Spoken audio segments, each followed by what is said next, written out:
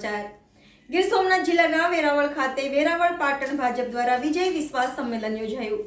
આ સંમેલનમાં જિલ્લા ભાજપ પ્રમુખ શ્રી મહેન્દ્રભાઈ પીઠિયા, પ્રદેશ ભાજપ મંત્રી શ્રી ઝવેરીભાઈ ઠકરાર, શ્રી માનસીભાઈ પરમાર, પૂર્વ સાંસદ શ્રી ચુનીભાઈ ગોહેલ, પૂર્વ કેબિનેટ મંત્રી શ્રી જશાભાઈ બારડ, પૂર્વ ધારાસભ્ય શ્રી રાજશીભાઈ જોટવા, શહેર ભાજપ પ્રમુખ શ્રી દેવાભાઈ ધારેચા, પાર્ટી આગેવાનશ્રીઓ તથા કાર્યકર્તાઓ હાજર રહ્યા।